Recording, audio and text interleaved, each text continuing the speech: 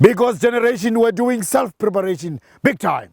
Today, we stand to benefit from their foresight. From the onset, Steve Bantu Biko was on a path that sought to commit black people to more humanness, a path that was guiding black people to remember the importance of protecting human life and human dignity, a path that was seeking to restore the supremacy of human spirit. This is a path that is well known to black people through their indigenous philosophy of Ubuntu.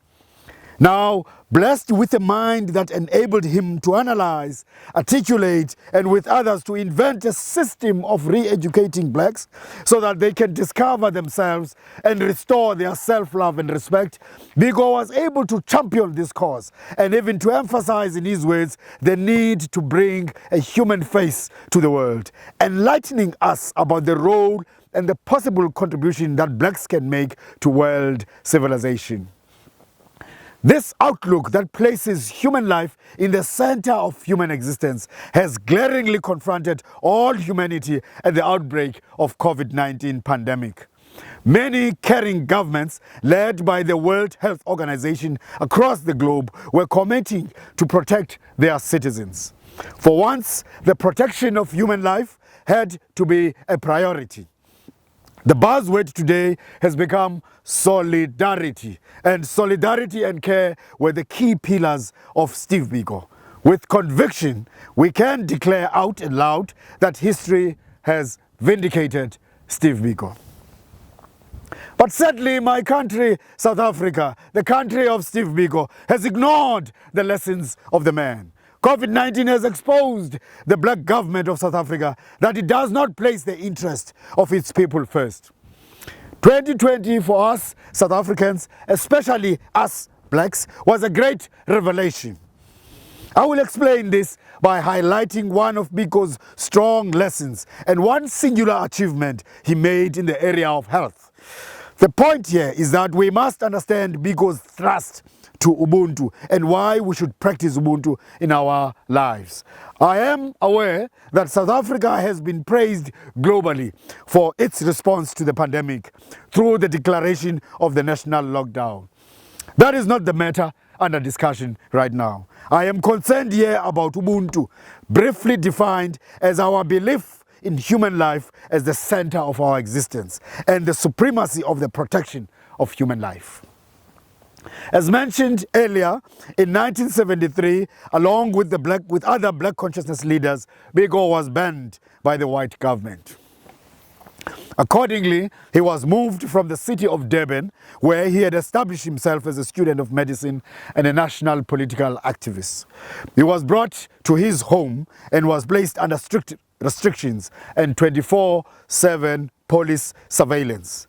The idea of the banning order was to cut a political leader from his people and to destroy his or her political influence and presence among the people. And finally, that the leader should rot in frustration. But from the word go, Biko never allowed himself to be banned. He did this in a very, very brilliant way. He invented a new way of operating under the banning order conditions. He managed to continue with political education among his fellow activists. This was important in that the sense of initiative had to remain in the hands of the activists themselves. He rolled out community projects and established these within the area where he was restricted. One of these projects was a community health center, which he built from the ground up. The center was called Zanempilo Clinic.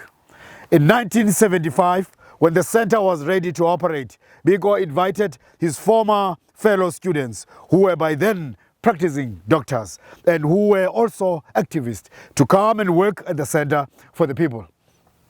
They agreed and they did it for free. Professional nurses were also recruited and general staff came from the communities.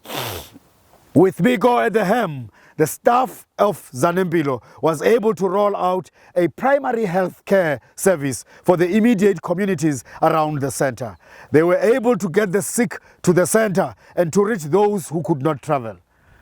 They encouraged the establishment of vegetable gardens, first within the premises of the center and in the households, as part of healthy living awareness and meeting the needs of good nutrition. As the center was growing, it got to be preferred even by the blacks who lived in the urban areas. There was a high-class facility at the center and a high-class quality care. As a result, there were many babies who were born there. Zanempilo grew with speed and soon covered a huge area in the rural villages. Now, instead of learning from this experiment, the successive governments since 1994, the year of South Africa's political independence, have failed to build a requisite health system for the people. All politicians and civil servants are using health services that are rendered by private companies. There is little care going towards public hospitals and clinics. So the COVID-19 did not only catch the South African government unprepared, it found a leadership that had been selfish all along and that was still not seeing the danger of being selfish.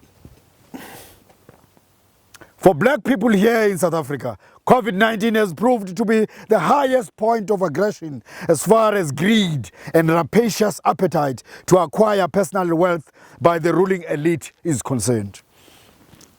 What was all along concealed from the public eye, that blacks in positions of power do not care for fellow blacks, was now blown for all to see. On a scale unknown before, the elite chose to enrich itself through siphoning public resources that would have assisted the vulnerable communities. 45 years ago, Biko had 3 well-equipped ambulances, 3 qualified and committed doctors, 4 nurses who visited every village around the clinic. Today, the leadership of this country, a black leadership, has purchased scooters, the same type that were used during the First World War to transport black people during the COVID pandemic. These scooters were purchased in the hometown of Biko at an exorbitant price. This town that has seen and experienced Biko's care and concern was now made to experience the bitterness of the black ruling class. As I speak here, every province in South Africa, every municipality is appearing in media as having participated in the COVID-19 frenzy. Worse, the president of the country, who is also the president of the ruling party, wants to make us believe that he is shocked by the behavior of his government. The black elite in South Africa is very dangerous. It feeds on an old consumerist philosophy, the supremacy of the fittest. They are indifferent and disrespectful towards average blacks. They do not view average blacks as important as themselves. They have imbibed foreign standards that money and power are much more important than human beings. They have trained themselves to master this habit by composing a hypocritical language, selected words and phrases that sound as if the elite is for the people, whereas their actions reflect the opposite. This is an elite that boasts that it was honed in the struggle for liberation, that uses hypocritical rhetoric of self-praise, saying they are leaders of society because in their eyes, society is incapable of thinking and leading itself. Sometimes you hear them talking about the people on the ground as if they are at some higher level. And of course, whenever their party has won elections or some faction has taken over the other, the people have spoken. Here we have a relationship that is very damaging to the psyche of the people. It manipulates the minds of the people into believing that something good or better will come from the elite.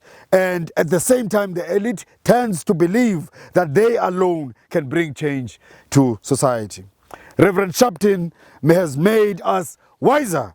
He has emphatically stated that you do not judge the quality and fairness of society by judging the few on top. In other words, the elite, the billionaires and millionaires. You should judge society by the masses of the people.